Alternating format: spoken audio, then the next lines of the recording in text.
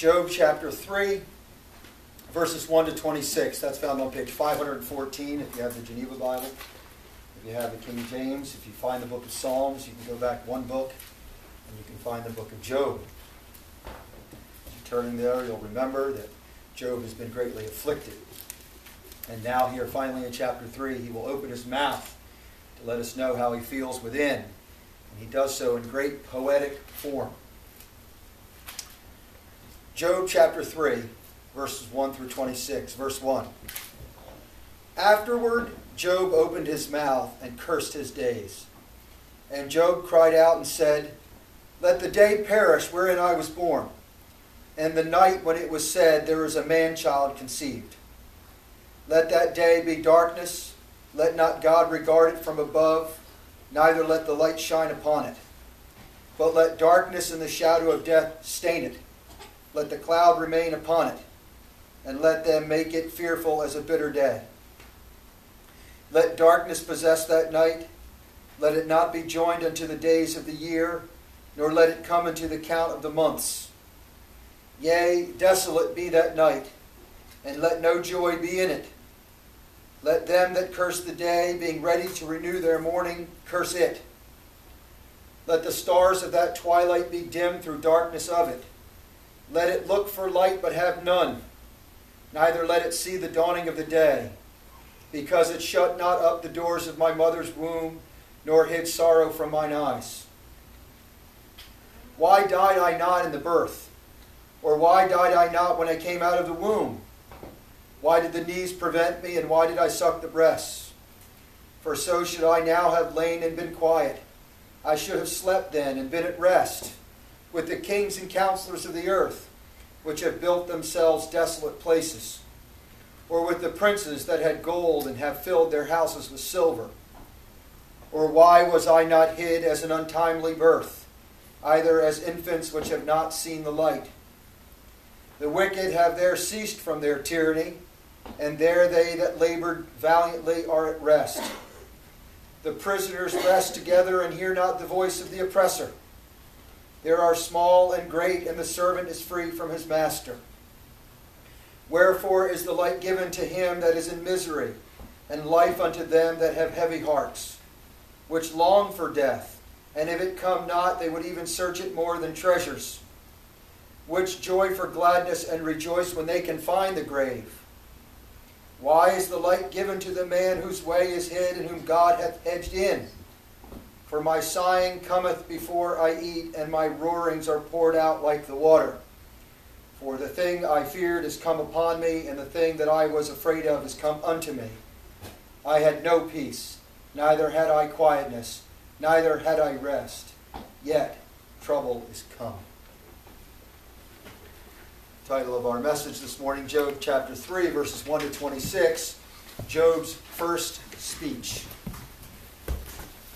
Now our introduction. You may follow in the bulletin if you'd like.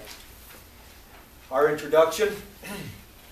In the first two chapters of Job, the main character, Job, has been the subject of a test between God and Satan. Satan believed that God only acted righteous because God had protected and prospered him.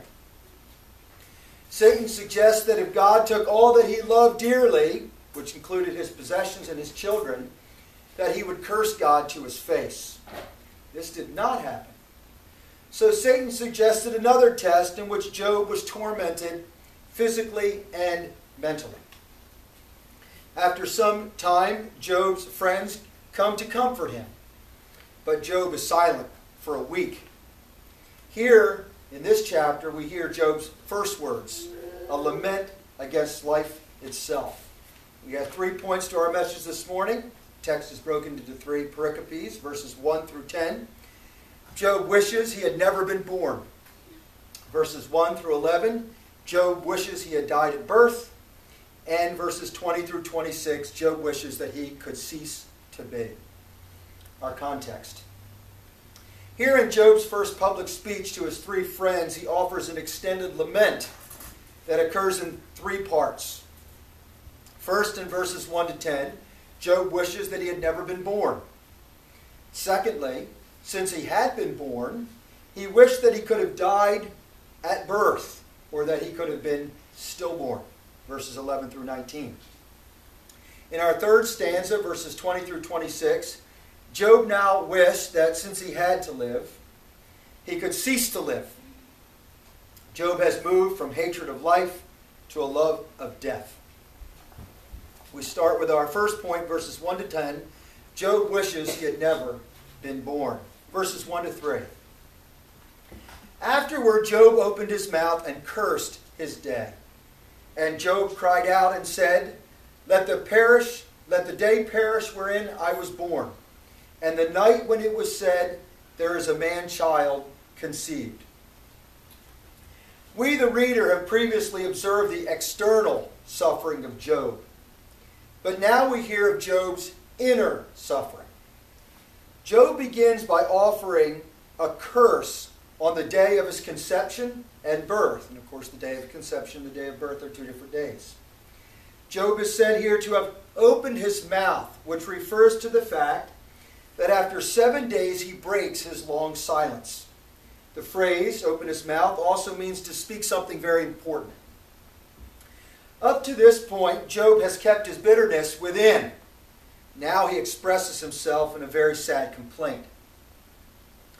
The point of this first stanza, verses 3 through 10, is to utter a vain wish or a curse upon the day he was born. A curse that he had never been born. It's a vain wish, or an impossible wish, and the curses it includes are inconsequential and ineffective because it's too late to do anything about it. He cannot become unborn. Therefore, although Job's language is fierce, the curse has no teeth, and the wish is hopeless. Because he has been injured in life, he wishes that the whole of his life could be annihilated. It's a cry of pain that ultimately desires pity from man, but mostly pity from God. Job here in verse 3 cries against the day of his birth and the night of his conception. Day and night here are depicted as living beings, such as we see in Psalm 19, 3 through 5. And these day and night can both perish and speak. Job wishes the day of his birth would disappear from the calendar, for it was a time that brought only evil. If it were to cease to exist, then he would cease to exist, and so his troubles would cease to exist. Night here is personified as an evil, mysterious soothsayer, predicting the future. The wicked night here announces the conception of Job, which is the beginning of his troubles. Verses 4 and 5, Job continues, Let that day, that is the day of his birth, be darkness. Let not God regard it from above, neither let let the light shine upon it. But let darkness and the shadow of death stain it. Let the cloud remain upon it, and let them make it fearful as a bitter day. Job continues to curse the day of his birth here in verses 4 and 5. Job begins to curse the day with a reversal of the first words of God at creation. Whereas God at the beginning of creation said, Let there be light, Job says, Let there be darkness, using the same Hebrew phrasing as God. Job is not defiant to God, although it appears so, but uses these lines to show the anguish of a man who has found the creation of himself the very opposite of God's creation at the beginning of time. What God called very good, Job does not see as very good. Job speaks as each day depends upon God granting it light, and so it does. As if God gifts the world with light every day. Therefore, if on his birthday God had granted that day no light, it would have remained under the power of darkness. Verse 5. For Job, throughout the book of Job, light is life and darkness is always death. Job here speaks of 3 ways the day of his birth could have never happened. God could have never given light to the day and allowed it to remain in darkness. He could have blocked the day with a cloud or eclipse so no light could ever enter into it.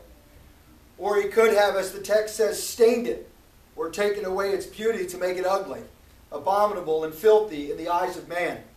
A day of no birth. Verses 6 through 9, Job continues to curse the day and the night. Let darkness possess that night. Let it not be joined unto the days of the year, nor let it come into the count of the months. Yea, desolate be that night, and let no joy be in it. Let them that curse the day, being ready to renew their mourning, curse it. Let the stars of that twilight be dim through darkness of it. Let it look for light, but have none, neither let it see the dawning of the day. Job somehow believes if no light had shined in that day, then that day never would have existed. Of course, we know that's not true, but poetically it's true for Job. Now Job continues to curse the night of his conception here in verses 6 through 9. Not the night of his birth, not the day of his birth, but the night of his conception. Job wishes the night of his conception had never been. Job reasons that if deep darkness had carried off or seized the night, darkness never would have given place to day, and so that night would have had no existence. If the night of Job's conception had not been included among the days of the year, his conception would have been impossible. He wants to snap all the chains that bind him to existence, erasing the day from the calendar. Now in verse 7, Job directs his anguish to another hopeless wish. He says in verse 7, Yea, desolate be that night, and let no joy be in it. His hopeless wish is that the night of his conception had been desolate or barren. His mother had been barren that night. The night is personified here as a fertile woman who produces as its offspring a human child. When the writer says, and let no joy be in it, he refers to the joy of the wedding, with the implication that the wedding night was the beginning of the night of conception. Job then in verse 8 reads, Let them that curse the day, being ready to renew their mourning, curse it. Job in verse 8 wishes that the night had been laid under a spell, or had been declared an unlucky day by magicians or astrologers, so that no conception could have occurred on that day. Job asks that wherever there is mourning, either when someone else mourns the day of their own birth, or when people are mourning at a funeral, at a death, or they curse a certain day, a bad calamity, that they should also remember to curse the day of his birth. In verse 9, Job reasons that if the stars of the twilight, by which he probably means Venus and Mercury, which appear as precursors to the coming day, often called the morning stars, if they had been darkened, then that day would not have come, and night would become an endless night waiting for the dawn that never breaks. Job laments, let it, that is the darkness of night, look for light but have none. Or in other words, let the dark look for light but be disappointed to never find it. And here in verse 10 he finishes his first lament. He tells us why. Because it shut not up the doors of my mother's womb, nor hid sorrow from mine eyes. Here Job concludes and answers why he has made all these curses against the night of his conception and the day of his birth. Job takes one line to state the night's crime. It is simply that on the night his conception took place, without any hindrance by night, Job was launched upon a life that has led only to turmoil and distress. God is the one who opens and closes wombs, but to Job it is the night here that had the power to prevent Job's conception. Therefore, Job wishes that night could have had the gift of life taken out of its hands. But ultimately, the night is to blame, for it allowed him to be conceived, because it did not keep him from entering into this miserable life and seeing sorrow with his eyes. It should be understood here that Job does sin, but he sins here in imperfection, spoken out of great tragedy. We can be sure that Job does not go too far in his complaints by the manner in which Job is corrected by God in the final chapters 39 to 42. Job does sin, however, here, in his limiting the wisdom and sovereignty of God, and in his finding fault with God's eternal decrees, as if God had done wrong by giving Job life. We come to our second point, verses 11 through 19. Job wishes he had died at birth. Verse 11, Job says, Why died I not in the birth? Or why died I not when I came out of the womb? First, in our first point, Job wished that the day of his conception and birth had never existed. It's important to understand that so we know the difference. Now, since that is an impossibility, he wishes that he had died at birth, or even died the moment that he was born. We notice that Job takes great lengths not to accuse God directly. He ultimately knows that it is God that has allowed and is ultimately responsible for his suffering. But he carefully watches his mouth so as not to accuse God. That's why he's like blaming the night and blaming the day and not blaming God directly. He is watching his mouth. Job's complaint is only uttered in the direction of God, not directly at God. It's important to understand that distinction. Job sinned not with his mouth in cursing God. Verse 12. Why did the knees prevent me, and why did I suck the breasts, he says in verse 12. Job asks, why did the midwife receive me from the knees of my mother? Why not allow him to fall to the ground and to lie on the ground neglected until merciful death should remove him from this world? Very dark. Job feels almost betrayed by the midwife and his mother, who were cruel here, in this poetic way of saying it, in allowing him to live. They should have known, says Job, the cruelness of the world and let him die quickly. Yet they unhappily brought Job into the world. Verses 13 through 15. Job says, for so should I now have lain and been quiet, and should have slept then and been at rest. For the kings and counselors of the earth, which have built themselves desolate places, or with the princes that had gold and have filled their houses with silver. Here Job speaks of the grave, also often called Sheol. And if you ever wonder what Sheol, the book of Job probably offers us the greatest insight into what they thought Sheol was in the Old Testament. Job speaks of the grave or Sheol as a better place to be had he died at birth. Job presents the grave or Sheol as a place of peace and rest. In the grave, Job can lie down quiet and undisturbed. It is a place of the end of trouble and agitation. It is where the weary can find rest and freedom. Job has suffered the loss of his family and his own health. But that is nothing compared to his troubled mind that cannot understand why his piety towards God resulted in the loss of everything that he had. Why does God seem so disappointed with Job, he wonders. What has he done to deserve this, wonders Job. Furthermore, if Job were in the grave, his condition would have been as good as the best kings and counselors of the earth, who have left behind great wealth and power, and leave behind cities, palaces, and monuments where once were desolate places. Yet their power could not set them out of the reach of death, nor secure them from the grave. Even princes who had gold in abundance could not with it bribe death to overlook them when he came to take them. And though they filled their houses with silver, yet they were forced to leave it all behind. Death has become for all people the irresistible leveler. So Job is saying, although he's desolate and many are desolate and many people are rich, the grave is wonderful because it levels us all. Verse 16, or why was I not hid as an untimely birth, either as infants which have not seen the light? The question here is slightly different from the question of verse 11. In verse 11, he viewed himself as a child who dies soon after birth. Here he dies in the womb, never seeing the light of day. The question here, why was I not hid and ignored or unregarded and not immediately buried so as to have never seen the light of day? Verses 17 through 19.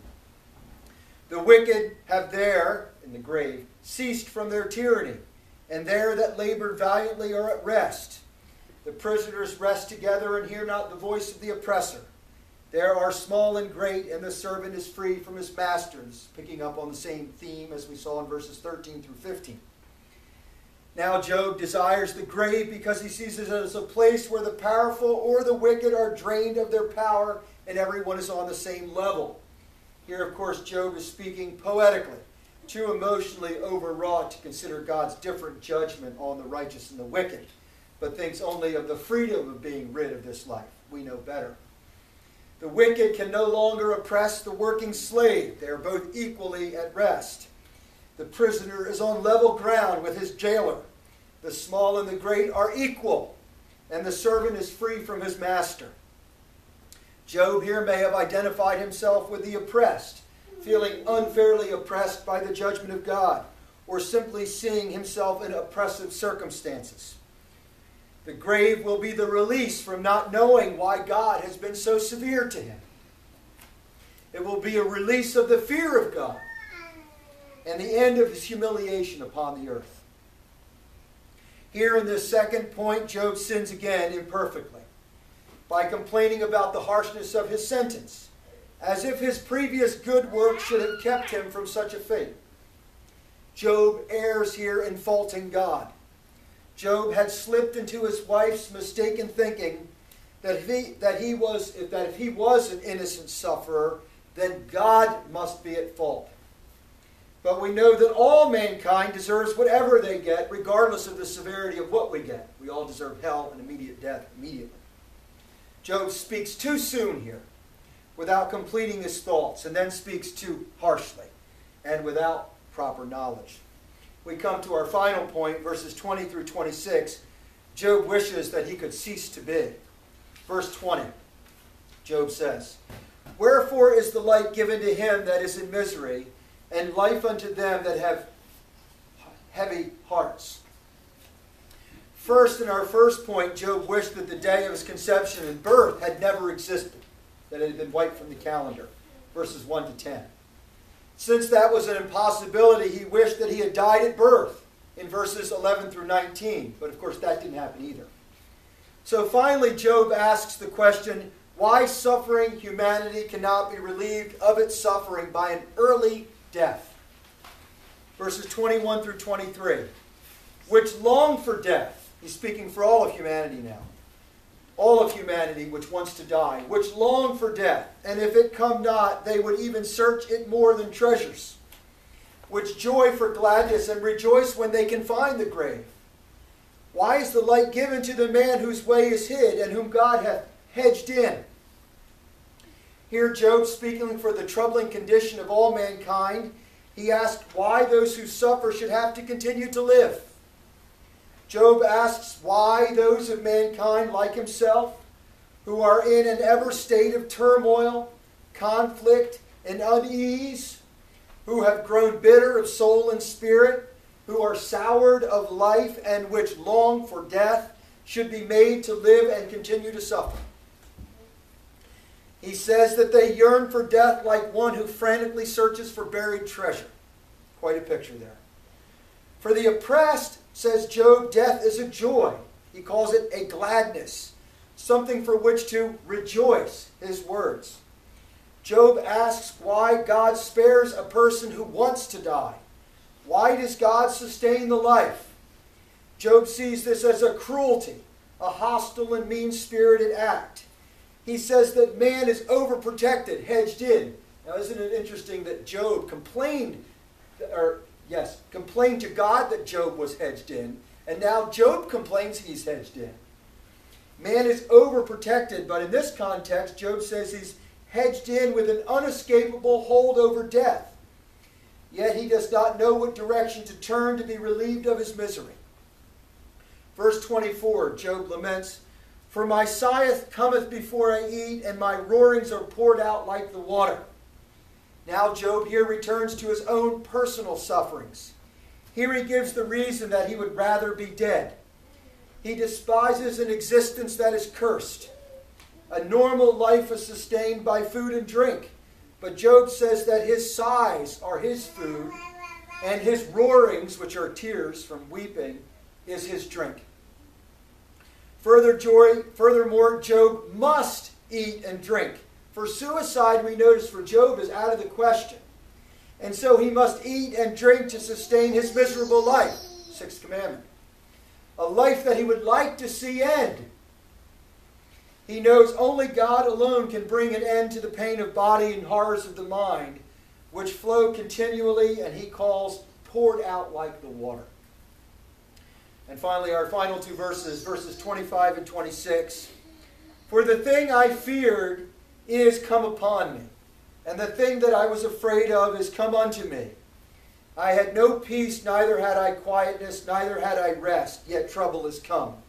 Pay particular note to verse 25, I think by far the most profound thing that you'll find in a long time.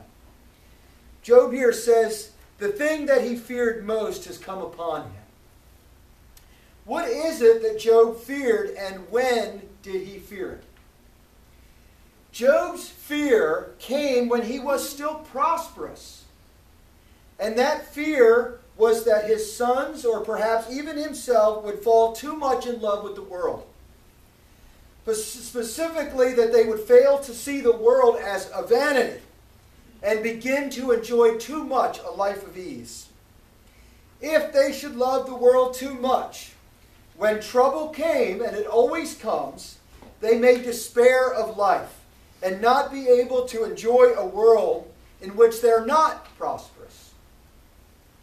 Or the favor of God might one day be taken from them, and they would find themselves on the opposite end of prosperity. And now Job finds himself living within that very fear that he formerly had. His life of ease being gone. He can only live to die, and therefore his greatest fear has come true. Job feared a reversal of fate, and the height from which he fell to the depths of which he must now live is too much. Job says, as if to say, come to think of it, Job says, I never had rest, not even in my prosperity. Job, as all men, fear even in good times a reversal of fortune, because God brings us high and low according to His providence, and we do not know which to expect and when. We also fear the changeableness of this vain world, with all its war and famine, its pestilence, as well as the defects and calamities associated with human nature in general. So Job may say that he never enjoyed this world, not even in his prosperity, and certainly not in his suffering. For even in his prosperity he could not enjoy the world, regardless of his pious behavior, for fear of the trouble that God may see fit to providentially bring. Therefore, Job concludes, all of human existence, good and bad, are miserable, and life is ultimately a troublesome burden, a weary pilgrimage. Life, says Job, whether good or bad, is just a matter of waiting for trouble to soon come, and it must always come. Now a brief application, because these words are very harsh. It may appear to a certain degree that Satan has won by making Job say these words. After all, is not the act of Job cursing his very existence, in essence cursing God to his face, as the devil predicted? Well, hear what James Durham says about that.